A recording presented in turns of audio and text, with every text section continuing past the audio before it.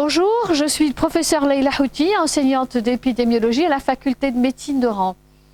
Le cours que je vous ferai aujourd'hui concerne les indicateurs de santé qui sont les éléments de base quand on s'intéresse aux politiques de santé, aux programmes de santé. Si demain vous avez toutefois la chance de travailler dans un service d'épidémiologie. Et donc c'est un cours que j'assure depuis de longues années aux étudiants de médecine de 5e année, mais aussi je l'ai longtemps enseigné aux étudiants de 5e année pharmacie. Et depuis 2 ans, nous avons commencé à l'enseigner aux premières années médecine dans le module de santé, société et humanité. C'est histoire de les mettre un petit peu dans le bain sur les questions de santé de façon générale, pour juste qu'ils commencent à avoir un avant-goût de l'histoire en santé. J'espère que vous en tirez le maximum de profit. À la fin du cours, il y a toute une série de liens sur Internet, mais aussi de documents, et j'espère que vous saurez en tirer bénéfice en les recherchant à votre guise quand vous voudrez. Je vous remercie, je vous souhaite une bonne écoute. Bonjour, donc nous allons parler aujourd'hui des indicateurs de santé, qui sont les éléments de base de tous les programmes de santé au moment où ils sont mis en route. Et après qu'ils soient mis en route, ce cours est destiné pour les 5e année médecine et 5e année pharmacie. L'objectif de notre cours aujourd'hui est d'énumérer et d'expliquer les différents indicateurs de santé, comment les calculer, essentiellement les indicateurs de natalité, mortalité et morbidité, mais aussi de comprendre leur intérêt et comment ils ont évalué dans notre contexte algérien, tout en définissant leur usage respectif. Voici le plan du cours que vous allez pouvoir suivre tout au décours de la présentation. Pour commencer, qu'est-ce qu'un indicateur de santé? Eh bien, c'est un ensemble de données ou de groupements de données qui permettent d'identifier, de quantifier une situation particulière pour dire, eh bien, voilà la fréquence des malades que nous avons, la fréquence des handicapés, le taux de décès, le taux de mortalité, comment fonctionnent les services de santé, avec quels sont leurs scores. Et puis, ils nous permettent de dire quelles sont les modifications qu'il faut apporter à la situation sanitaire. Donc, il s'agit de décrire une situation de santé dans la population et comment cette situation va varier dans le temps et dans l'espace, entre les différents groupes de population. Un indicateur de santé est une mesure unique. Il est donc exprimé en termes de quantité. C'est pourcentage de malades, pourcentage de facteurs de risque, pourcentage, taux de mortalité ou taux de natalité.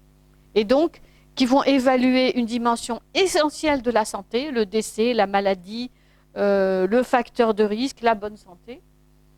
Et donc, également, ils vont évaluer le système de santé, comment il fonctionne, et puis tous les autres facteurs connexes dans le domaine de la santé. Avoir accès à un robinet d'eau potable ou un système d'assainissement, c'est un facteur de bonne santé. Pourquoi il est utile de mesurer l'état de santé de la population? D'abord pour la décrire, pour dire nous avons tant de jeunes, tant de vieux, tant d'enfants, tant de naissances, tant de femmes qui accouchent, qui suivent une contraception.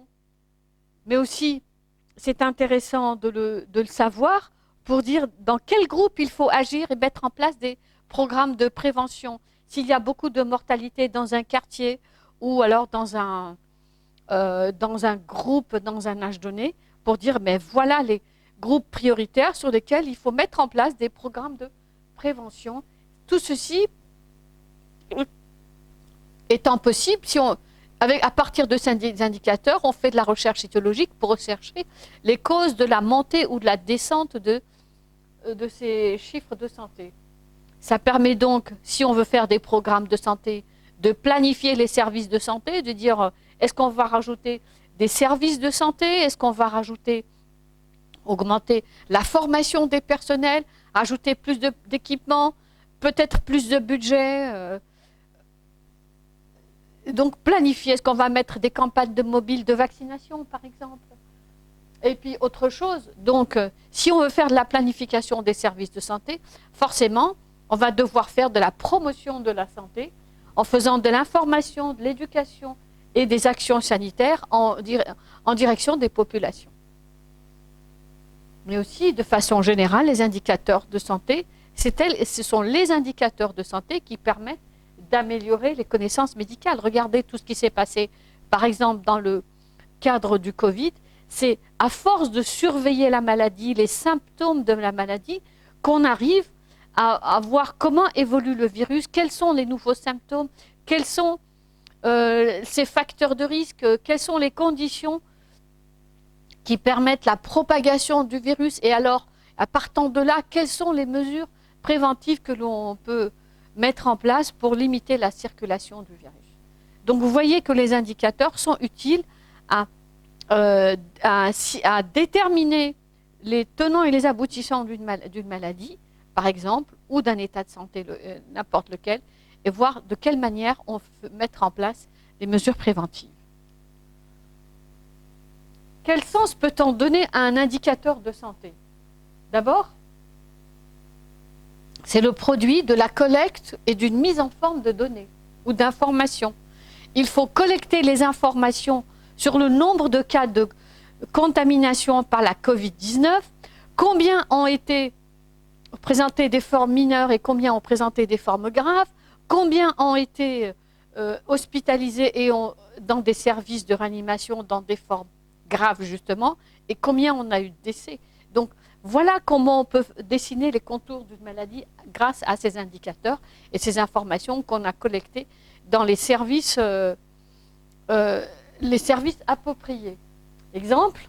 Un autre exemple, si on s'intéresse au taux de fracture chez les personnes de plus de 65 ans, pourquoi ça paraît rien du tout, mais en fait, les fractures fractures chez les personnes de plus de 65 ans, ça oblige les services de santé à se mobiliser, à dépenser des moyens.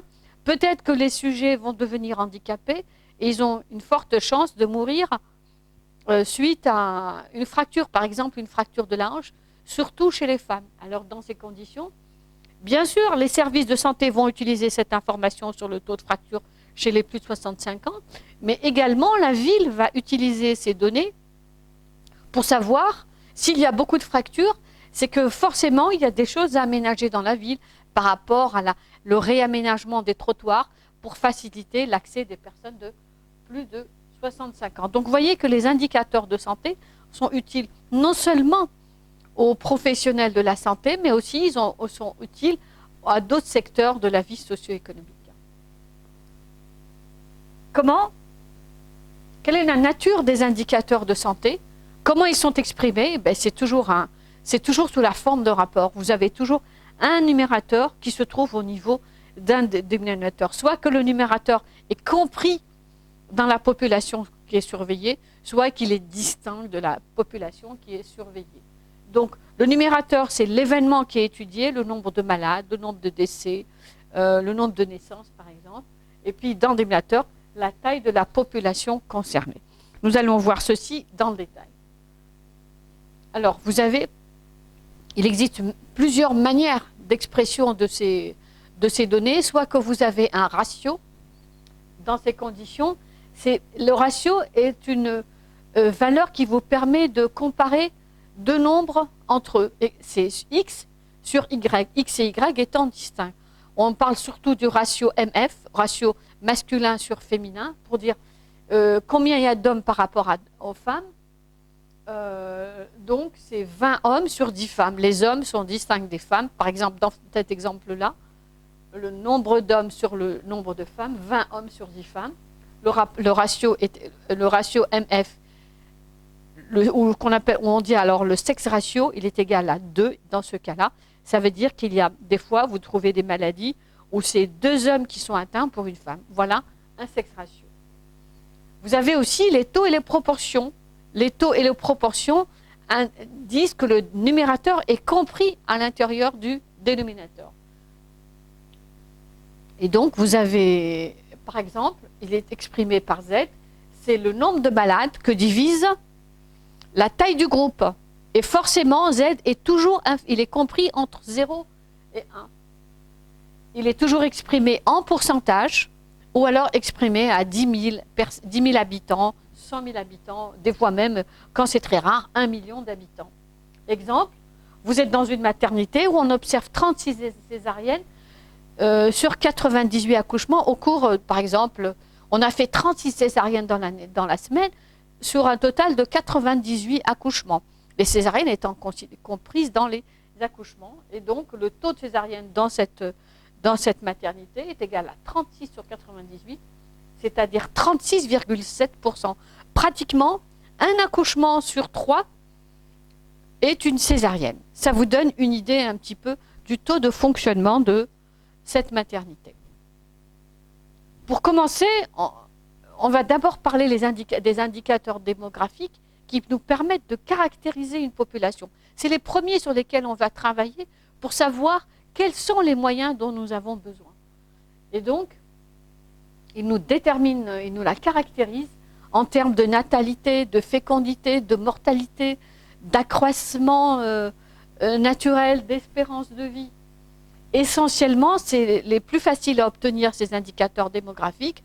On va les chercher au niveau de la mairie, au niveau des registres de décès, de natalité, ce qui nous permet, par exemple, si on veut si on veut faire un programme de vaccination, il va falloir, chez les enfants, il va falloir savoir combien on a de naissances dans notre commune pour pouvoir prévoir la quantité de vaccins qu'il nous faut. Et donc, le médecin du service d'épidémiologie est perpétuellement en rapport, en connexion avec les services de l'état civil qui lui transmettent régulièrement le nombre de naissances et même les listes de décès, des décès des fois, ce qui permet de faire des enquêtes pour savoir de quoi les gens sont décédés. Mais il y a aussi un autre élément important, c'est d'utiliser les données du recensement général de la population. En Algérie, c'est l'Office national des statistiques où vous allez trouver ONS, qui réalise tous les 10 ans un recensement général de la population. Ce sont des enquêtes qui sont faites dans les familles pour savoir quelle est la taille des familles et quels sont leurs moyens leurs conditions de vie. Ce qu'on appelle le recensement général de la population ou RGPH. Donc tous les 10 ans, vous allez trouver des données qui sont intéressantes. Elles sont produites pour l'Algérie, par wilaya, par daïra, par commune, mais aussi par îlot. Donc c'est extrêmement détaillé, vous pouvez aller dans le détail du détail. Toutes ces données sont fiables et elles sont faciles à obtenir et elles vous permettent de caractériser une population dans un contexte de lieu et de temps. Quelques données démographiques sur l'Algérie. Par exemple, la taille de la population. Vous voyez que chaque année, on produit des indicateurs sur la taille de la population. Vous avez ici, et toujours au milieu de l'année, 1er juillet 2017, 2018, 2019, vous voyez comment la taille de la population a augmenté de 41,7 millions progressivement jusqu'à 43 millions en 2019. En 2019 aussi, l'Algérie a compté 1 060 000 naissances vivantes, 190 000 décès et 340 000 mariages et 65 600 divorces. Tout ceci est fourni par les services de l'ONS en collaboration avec toutes les APC de notre pays. Ces indicateurs nous permettent aussi donc de tracer des courbes et voir comment évolue la taille comment ils évoluent dans notre pays. Un exemple sur la tendance de la population algérienne depuis 1960. Vous voyez comment elle est passée de pratiquement 9 millions d'habitants en 1960 à 42 millions en 2018. Progressivement, on a eu une montée progressive de la taille de la population. Augmentation, c'est important à considérer parce que les politiques vont faire, à partir de ceci, ils vont faire leur planification des besoins en termes des écoles, de la construction des habitations, de fournir des emplois, des places d'université, des places d'emploi. Ces données sont importantes pour faire une planification aussi bien à l'échelle d'un pays qu'à l'échelle d'une commune. Mais ce n'est pas suffisant. Regarder l'évolution de la population, c'est très bien de façon générale. Mais il faut essayer de la regarder dans un cadre encore plus ciblée et plus détaillée. On va la regarder selon la pyramide, on appelle ça la pyramide des âges, qui nous permet d'examiner la structure des âges, des âges selon le sexe dans la population. Ici, par exemple, vous avez la pyramide des âges en 1967. Ici, les petits âges à partir de 0 à 4 ans. Et puis, ce sont des gros. Vous avez une partie sur les femmes et une partie qui correspond aux hommes. Non, pardon, ici, les femmes, en gris clair, et en foncé, vous avez les hommes.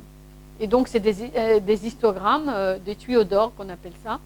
Donc, ils vous permettent de caractériser la taille de la population par âge et ensuite par sexe, femme, homme. Et vous voyez que ça ressemble à un sapin.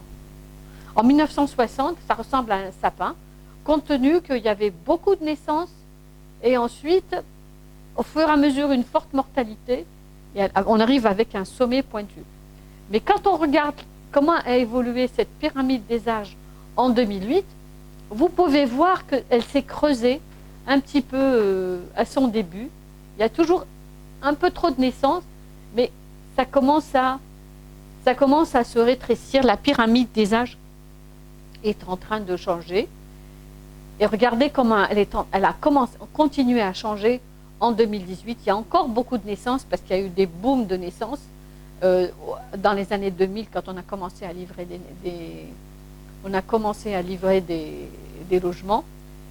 Et donc, il y a eu encore beaucoup de naissances, mais à un moment donné, la natalité a bien baissé en Algérie. Et forcément, on commence à voir un vieillissement de la population. L'histogramme n'est plus aussi pointu qu'il l'était au départ. Il reste encore, maintenant, on commence vraiment à voir un vieillissement de la population avec un élargissement du sommet. On peut comparer, par exemple, aux populations européennes, qui sont des populations vieillissantes avec peu de natalité. Et à ce moment-là, la courbe, au lieu d'être comme des arbres, elle ressemble comme des sapins, comme ici par exemple. Ici, c'est plutôt une population dans un pays en sous-développement. Dans les pays développés, où il y a peu de naissances mais beaucoup de vieux, ça ressemble à une espèce de tronc d'arbre. C'est plutôt droit, comme un if, un arbre, un if par exemple.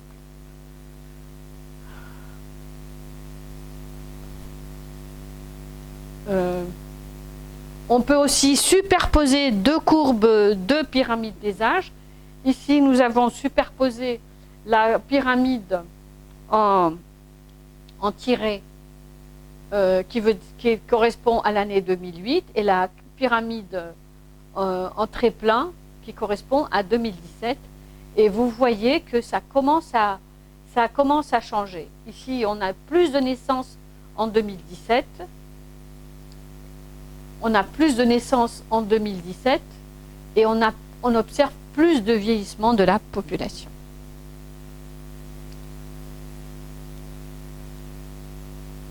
Un autre taux de démographie qui est extrêmement important pour les décideurs et pour vous demain en tant que professionnel de la santé, c'est le taux de natalité. On essaye, c'est le taux qui nous permet de calculer le nombre de naissances vivantes,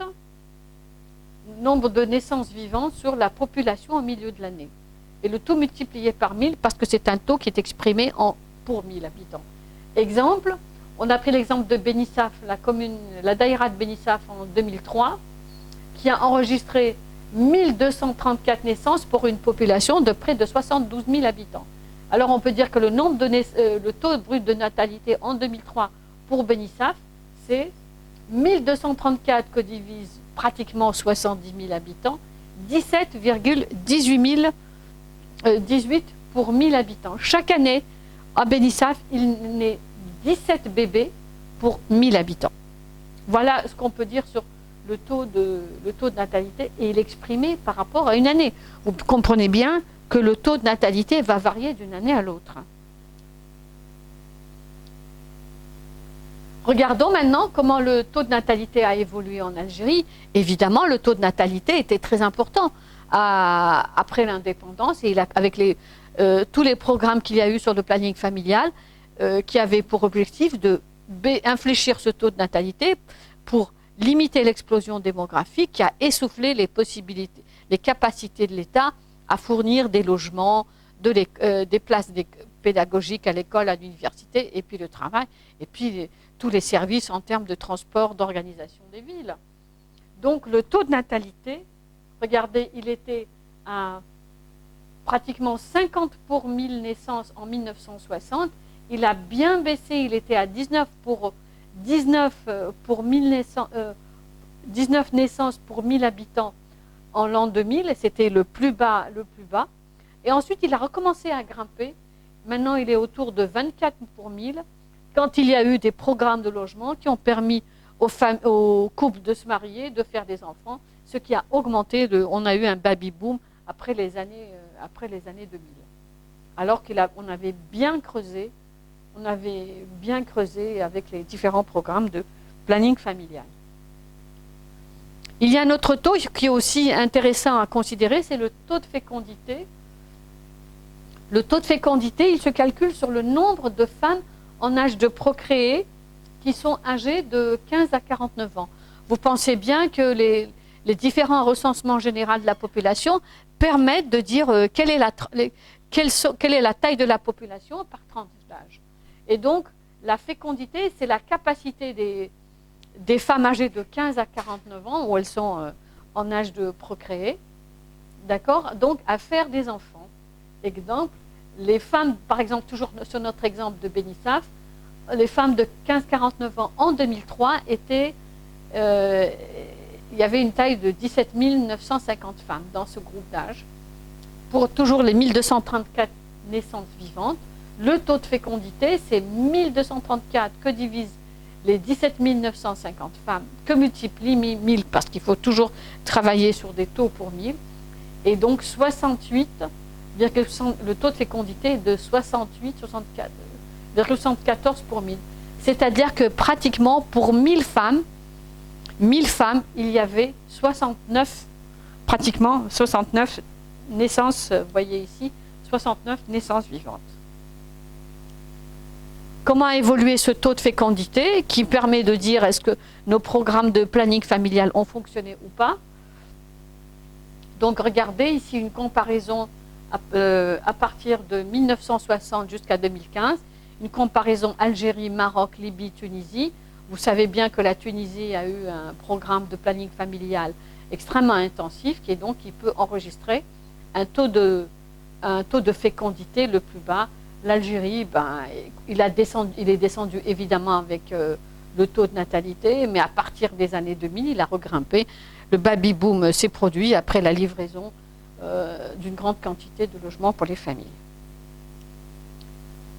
Autre indicateur important en démographie, c'est le taux de mortalité qui est obtenu grâce à l'exploitation des registres de décès et des certificats de décès qui sont signés par le médecin déclarant. Et donc, ça va nous permettre de calculer le taux de mortalité, le taux de létalité, des mortalités spécifiques par âge, par groupe et par sexe, et puis surtout de la mortalité infantile, la mortalité juvénile et la mortalité maternelle, qui nous permettent de surveiller nos programmes de santé, est-ce qu'ils sont dans le bon sens ou pas. Alors, il existe différents taux de mortalité. D'abord, le taux brut de mortalité, c'est le nombre de décès sur la population exposée, la population d'une ville ou d'un pays, par exemple. Et donc, ça concerne tous les décès, toutes classes d'âge et toutes les causes confondues sur une période donnée. Tous ces taux sont calculés, je vous le rappelle, sur une période donnée, par exemple une année, même des fois 10 ans. Et donc, les taux sont exprimés pour 1000. Vous avez des taux spécifiques qui permettent des meilleures comparaisons par sexe, taux de mortalité chez les hommes, taux de mortalité chez les femmes, par classe d'âge, par cause, par exemple, la mortalité par accident de la voie publique, et puis par lieu, par commune, par wilaya, comme vous voulez. Vous avez aussi le taux de mortalité prématurée qui permet de dire quel est le taux de décès avant 65 ans. Ce n'est pas un très bon indicateur. En fait, l'objectif des politiques publiques, c'est de rallonger la vie et la qualité de vie de la population. Mais il faut savoir que ces taux sont intéressants parce qu'ils permettent de faire des comparaisons d'un pays à l'autre, d'une région à l'autre. Mais ils ne peuvent être faits que s'ils sont standardisés. Il existe un cours sur la standardisation des taux, notamment les taux de mortalité. Donc on ne peut pas faire des comparaisons de taux de mortalité d'un pays à l'autre si on n'a pas fait des corrections de standardisation. Alors, vous avez aussi le taux de mortalité infantile qui est un indicateur extrêmement significatif pour surveiller les programmes de santé et l'état de la santé de la population en général. Pourquoi les enfants? Parce qu'un pays qui se porte bien du point de vue social et économique est un pays qui va prendre soin de la santé des enfants. Et donc, on aura moins de mortalité. Mais vous pouvez voir que, par exemple, les pays en guerre ou qui ont des catastrophes naturelles ou de la famine, ce sont des pays où les plus faibles ou les plus fragiles, les plus vulnérables sont les enfants, il va y avoir une forte mortalité. Donc, le fait de surveiller le taux de mortalité infantile, ça nous permet de dire est-ce que la santé de la population en général est bonne ou mauvaise. Donc, comment calculer le taux de mortalité infantile?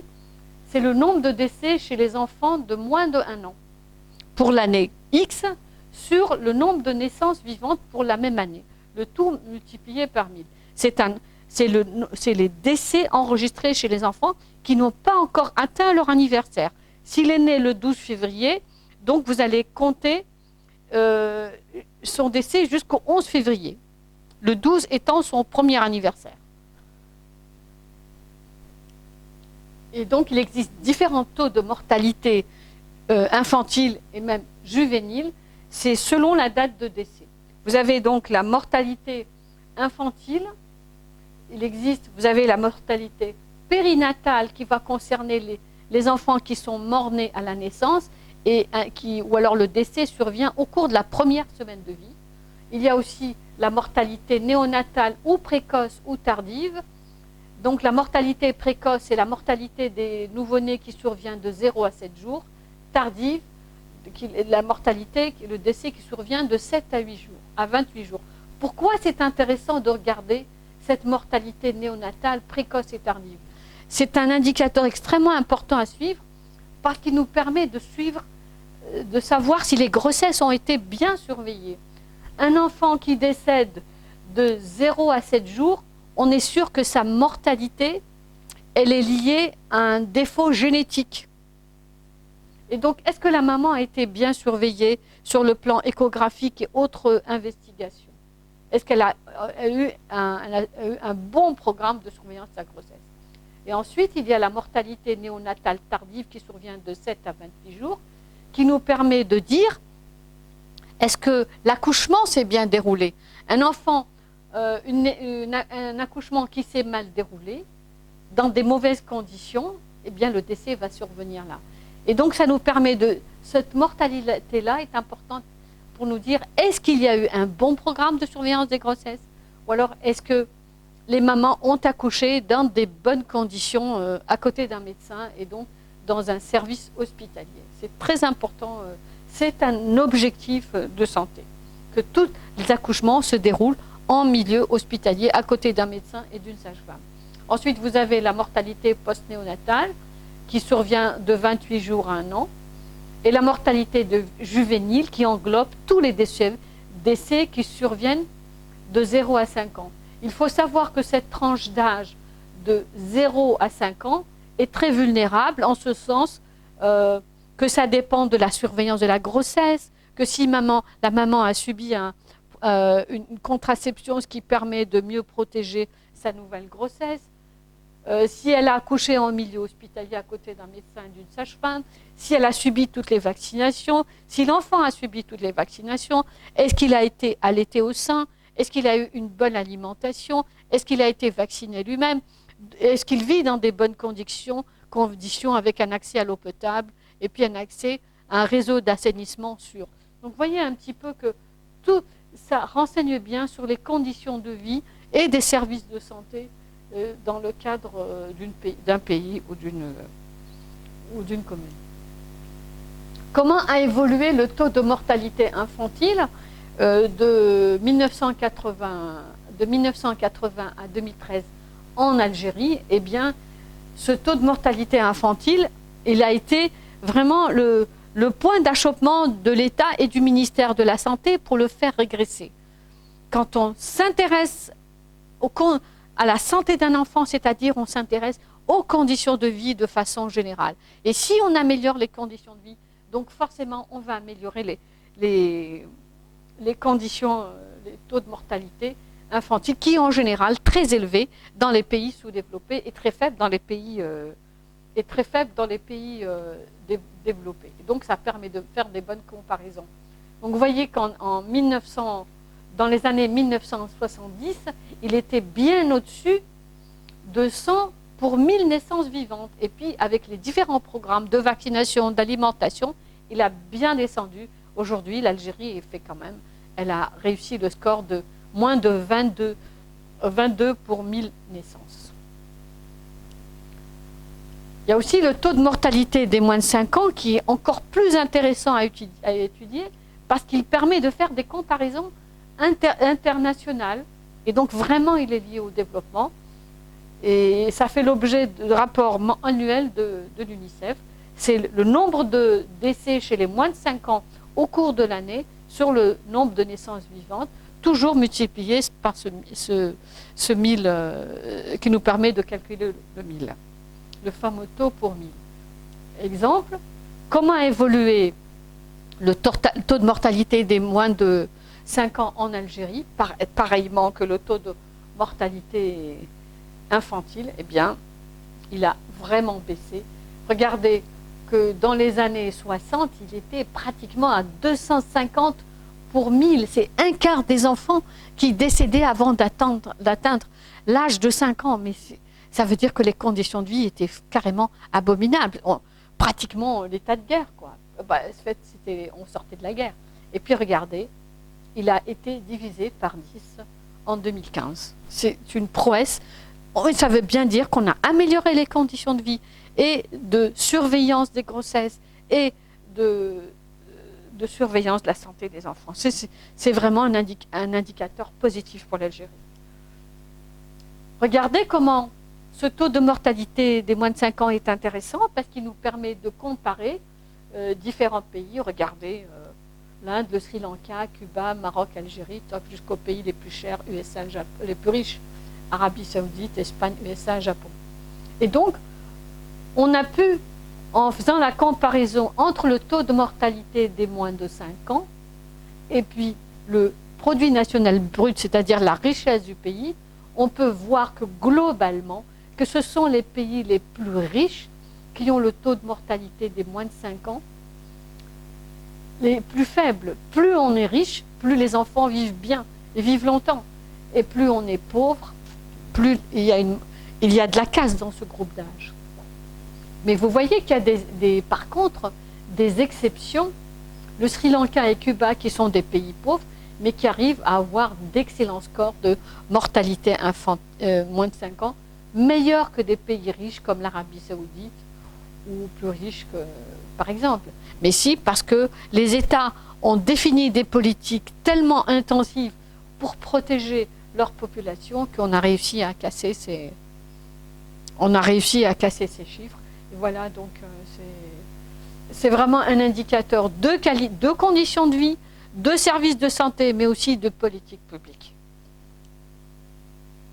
Il y a aussi un autre taux qui est extrêmement important à casser dans nos pays, et particulièrement chez nous. Aujourd'hui, tous les programmes de santé sont assez axés sur le taux de mortalité chez les mères. Quand il y a une mortalité maternelle, c'est-à-dire qu'on n'a pas pris assez de précautions pour prendre soin d'une maman, de sa grossesse, mais aussi de sa grossesse, mais aussi des conditions d'accouchement. C'est un indicateur qui est plus difficile à calculer et il concerne tous les décès qui surviennent pendant la grossesse ou après l'accouchement, donc dans un délai de 42 jours. Il évalue donc ce niveau de prévention et est-ce que les services de santé ont bien fonctionné. Par contre, ici, les taux sont calculés pour 100 000 naissances vivantes pour l'année. Donc c'est le nombre de décès de femmes pendant la grossesse ou 42 jours après l'accouchement sur le nombre de naissances vivantes. Regardez comment le taux de mortalité maternelle a évolué en Algérie. Il était très fort à 117 pour 1000 en 99, c'est-à-dire il y a à peine pratiquement 20 ans. Et puis les programmes ont été assez forts, assez intenses. Et il est arrivé pratiquement à la moitié, à 60,3 pour 100 000 naissances en 2014, avec l'objectif de le descendre à 50 pour 100 000 naissances. C'est un vrai programme, c'est un vrai indicateur qui nous permet de dire est-ce que nos services de santé fonctionnent bien ou mal. On n'a pas le droit de laisser mourir une maman. Ce n'est pas juste. Il y a aussi un autre taux de mortalité qui est important à connaître, c'est le taux de létalité, qui est le nombre de décès rapportés à une maladie. Par exemple, c'est le risque de mourir pour les malades. On accepte que, par exemple, dans le cadre du choléra, qui est une maladie, on le sait, extrêmement grave, le taux de létalité est de 1%. Ça veut dire que s'il y a plus de 1% des malades qui décèdent, ça signifie bien que les services de santé n'ont pas été à la hauteur. Regardez, aujourd'hui, on est focalisé sur le taux de la létalité pour la Covid-19. Il est pratiquement égal à 3%. On sait que 3% des malades décèdent. Ce sont les malades les plus tarés, les plus âgés. Donc, on sait où est-ce qu'ils se situent. On peut encore aller dans le détail et faire des létalités brutes spécifiques par âge, par sexe, par groupe de malades. Ça indique aussi comment les services de santé ont fonctionné. Vous avez aussi le taux d'accroissement naturel de la population qui nous permet de dire de combien la population s'accroît. Vous allez ici être obligé de calculer, c'est le nombre de naissances vivantes moins l'ensemble des décès sur la population au milieu de l'année, toujours par 1000. Et donc le taux de natalité, pratiquement c'est le taux de natalité moins le taux de mortalité. Et comme vous allez voir que ça va aussi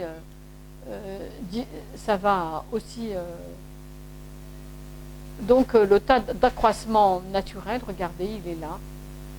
En général, en Algérie, il est pratiquement de 3%. Chaque année, la population augmente de 3%, ce qui nous permet de faire des ajustements sur la taille de la population. Il est forcément parallèle à la taux de natalité. S'il y a beaucoup de mortalité, évidemment, le taux de natalité, le taux d'accroissement va s'effondrer. Il y a aussi un autre indicateur qui est important à calculer, c'est l'espérance de vie à la naissance. C'est la moyenne de vie, la moyenne de la durée de vie des habitants dans une population. Exemple, l'espérance de vie à la naissance. En Algérie, dans les années 60, les Algériens vivaient en moyenne 45 ans. Avec l'amélioration des conditions de vie, eh bien, on a gagné quand même 30 ans de durée de vie. C'est quand même pas mal. Vraiment, on a eu une amélioration des conditions de vie.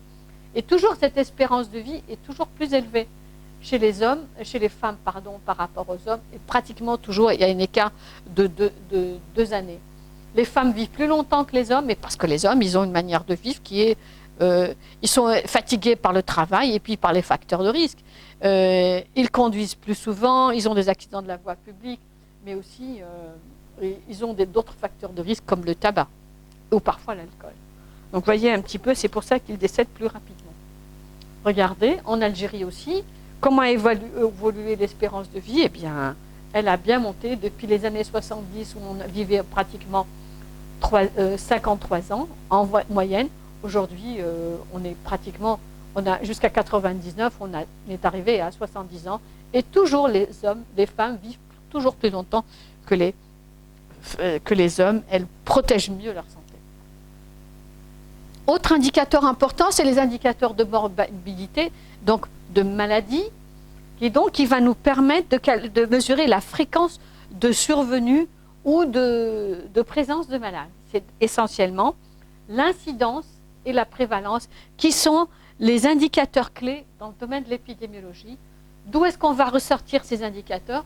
À partir des registres de malades, de morbidité, ou des enquêtes en population ou dans des groupes, ou sur les malades, ou sur les employés. Je veux savoir quelle est la fréquence de cardiaque dans une usine, par exemple. L'objectif de ces indicateurs, c'est de définir des priorités d'action, définir des... et puis de quelle manière on va travailler. Premier indicateur, c'est d'abord l'incidence. L'incidence, c'est tous les nouveaux cas qui surviennent dans la population. C'est la probabilité moyenne pour un individu de développer une maladie au cours d'un temps donné, toujours dans un délai de temps delta t. Au numérateur, vous avez le nombre de nouveaux cas et au dénominateur, la taille de la population que vous suivez. Il est essentiellement mesuré dans les enquêtes de cohorte, donc les enquêtes longitudinales. Exemple, une des cliniques de pédiatrie à Oran a fait longtemps des enquêtes de cohorte, c'est-à-dire des enquêtes longitudinales. Toutes les naissances du quartier étaient surveillées sur une durée de 2 ans. Tous les 3 semaines, les enfants étaient examinés dans cette clinique. On avait remarqué que chaque enfant entre 0 à 2 ans, il faisait 2 à 3 épisodes de diarrhée. Et donc, ça a permis de mettre en place un programme de lutte contre la diarrhée et de traitement sur la diarrhée de l'enfant de 0 à 2 ans. Alors, par exemple, ici, on a surveillé la rougeole chez les enfants de moins de 5 ans réfugiés au Malawi. Donc, c'est des enfants qui vivent dans des mauvaises conditions. Et au cours de cette année de surveillance, on a remarqué que sur 1000 enfants de moins de 5 ans, on a observé 120 cas de rougeole. La rougeole est une maladie grave et même mortelle. Et donc, on peut dire que l'incidence, elle est de 120 sur 1000, c'est-à-dire qu'elle est de 12%. Comment on peut l'interpréter? Que 12% des moins de 5 ans réfugiés aux maladies ont présenté un épisode de rougeole au cours de l'année où on a surveillé. Voilà comment on peut interpréter. De cette manière, on a pu aussi donc surveiller des maladies. Regardez par exemple une maladie qui a été un programme phare en Algérie et dans les pays du Maghreb, c'est la tuberculose, surveillée de 2000 à 2016 pour 100 000 habitants. Regardez la Tunisie avec son taux d'incidence qui est pratiquement de 25 à 40 pour 1000. En Algérie, on a toujours un plateau de 70 pour 100 000 habitants. On n'a pas réussi à casser la courbe de la tuberculose. Et puis regardez le voisin marocain qui, lui, dépasse encore les 100 nouveaux cas pour 100 000 habitants. Ça veut dire qu'il y a vraiment du travail à faire et sur les conditions de vie et sur la prise en charge des malades. Autre chose, on peut regarder un autre programme phare, c'est l'infection par le VIH pour 1000 habitants en 2016. On a regardé le taux d'incidence et regardez que le Lesotho, par exemple, est un pays d'Afrique où il y a bien plus de survenus de VIH que le Swaziland. Les pays du Maghreb ont des faibles taux, mais ça reste encore élevé pour nos capacités et pour notre population.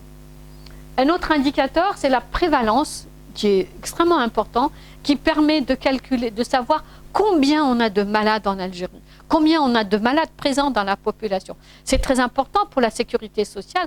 Par exemple, combien elle a de cas à prendre en charge en termes de traitement du diabète, de l'hypertension, de l'asthme. C'est des dépenses de santé pour la sécurité sociale.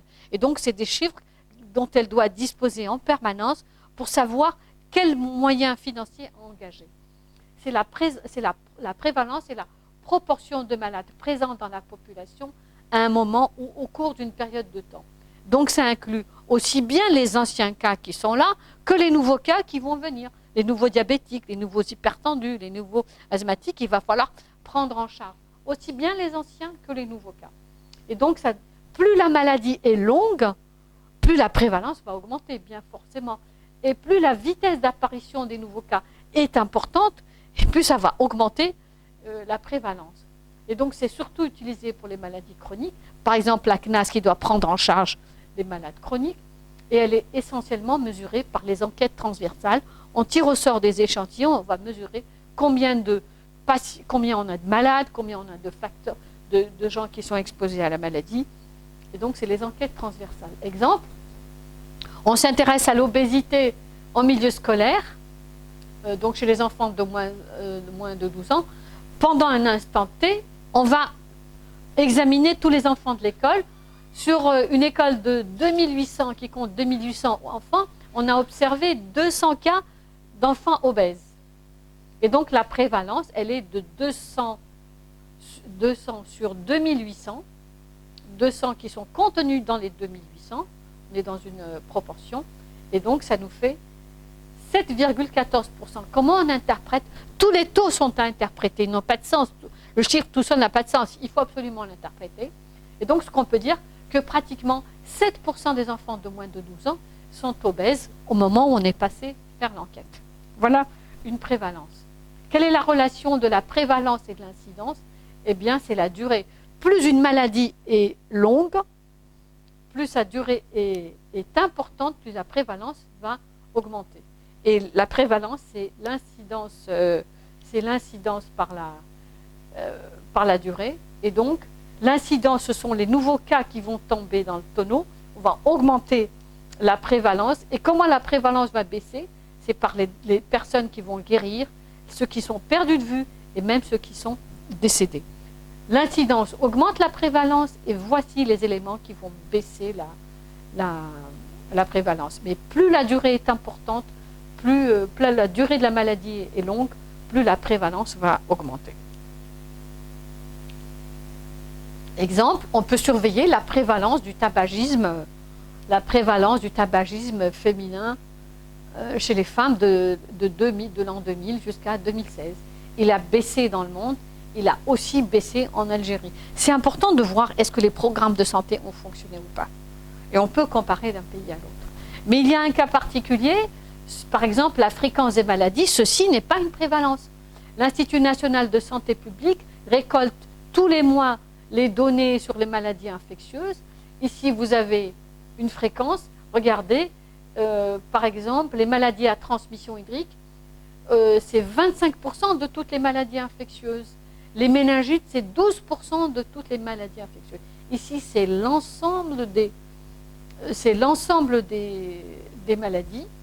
Et donc, on regarde quelles sont les maladies qui sont les plus fréquentes dans les maladies infectieuses. Ce n'est pas une prévalence. Autre indicateur, vous avez les indicateurs de ressources. Par exemple, les dépenses de santé, le nombre de lits, le nombre de spécialistes, le nombre d'actes qu'on a pratiqués. Vous avez regardé les dépenses de santé en Algérie. Regardez comment ils ont augmenté. Le nombre de lits d'hôpitaux pour 1000 habitants. En Algérie, le nombre de lits par habitant a diminué. Peut-être que la population a augmenté, pendant que dans le monde, ce nombre de lits a augmenté. Il faut savoir que vous pouvez avoir accès dans le site de l'OMS à la liste mondiale des références des indicateurs sanitaires de base. Ils ont été élaborés en 2015. Et donc, vous allez trouver toute une série d'indicateurs sur l'état de santé. Donc, vous avez les données démographiques, la prévalence des maladies. Vous avez des indicateurs de facteurs de risque sur l'allaitement, l'obésité, la violence, les facteurs de risque ou de prévention de la maladie. Des indicateurs de couverture par les services. Combien on a fait de contraception, d'accouchement en milieu assisté, combien on a détecté de malades sur les infections, et les indicateurs sur les systèmes de santé. Combien on a réussi à améliorer le taux de survie aux malades, quel est le taux de mortalité maternelle, le taux de succès. Donc dans chaque groupe, vous avez une série d'indicateurs, ce sont les indicateurs de base. En conclusion, les indicateurs sont multiples. Les indicateurs sont multiples et ce sont des instruments indispensables pour évaluer la santé des populations, mais aussi les actions qui sont entreprises. Quand on met en place un programme de santé, il faut savoir quelle est la situation de départ et quelle est la situation d'arrivée pour dire on a bien travaillé, on n'a pas bien travaillé, voilà comment il faut réajuster. Quand on est parti en Algérie avec un taux de 120, un taux de mortalité infantile de 120 pour 1000, qui est un taux ahurissant, on n'a pas le droit de laisser mourir les enfants, et puis mais aujourd'hui, on l'a cassé, on l'a vraiment cassé, mais c'est magnifique. Ça veut dire qu'on a tout fait pour améliorer la santé et la vie de nos enfants. Mais il faut savoir que ces indicateurs ne sont pas toujours neutres. Ils ne sont pas toujours neutres. Et donc, il faut les utiliser avec prudence. Parce qu'il y a des États qui fabriquent des indicateurs à chacun à leur sauce. Il faut être absolument vigilant. Alors, au préalable, il faut regarder toujours comment l'indicateur a été calculé pour pouvoir faire des comparaisons. Quand les indicateurs sont calculés de façon différente, il est impossible de faire des comparaisons objectives.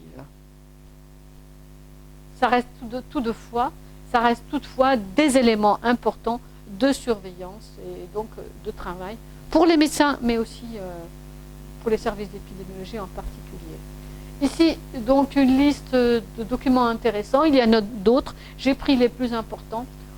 Et donc, des documents de base sur les indicateurs, mais aussi, ici, vous avez accès à des données dynamiques et en même temps graphiques qui vous permettent d'améliorer votre cours.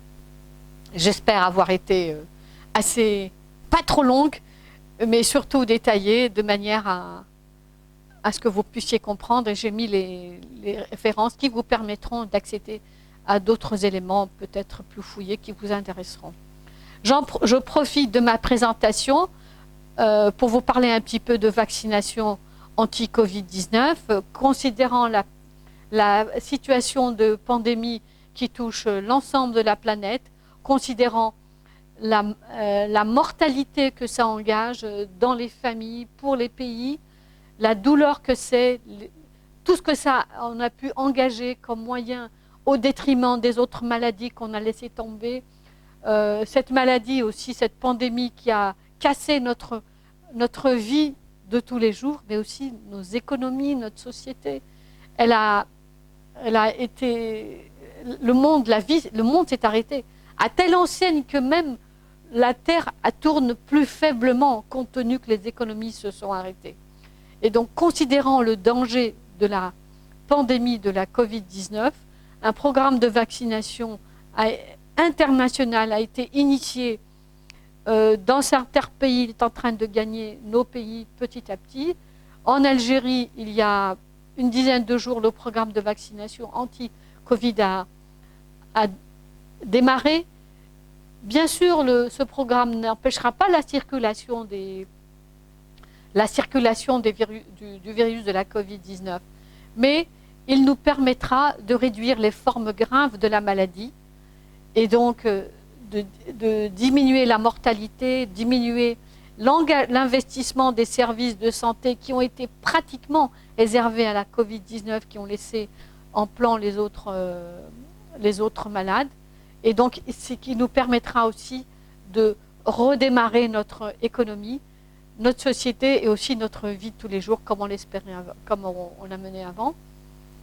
Donc, je vous invite à être extrêmement vigilant sur le respect des mesures barrières qui restent de mise, mais aussi d'encourager vos familles, les personnes âgées et les personnes qui présentent des maladies chroniques à se présenter au service de santé pour cette vaccination, mais aussi petit à petit, cette vaccination va gagner tous les groupes de la population jusqu'à l'âge de 18 ans. Donc, pour l'instant, il existe des groupes prioritaires, ce sont les soignants, les personnes de plus de 65 ans et aussi les maladies chroniques. Mais demain, petit à petit, les groupes vont être élargis à d'autres et vous ferez les plus jeunes, donc jusqu'à l'âge de 18 ans, arriveront en dernier. Je vous invite donc à encourager vos familles et vos proches et tous ceux que vous aimez, mais aussi je vous invite à respecter tous les mesures barrières. Elles restent de mise tant que nous n'avons pas réussi à infléchir le cycle du virus.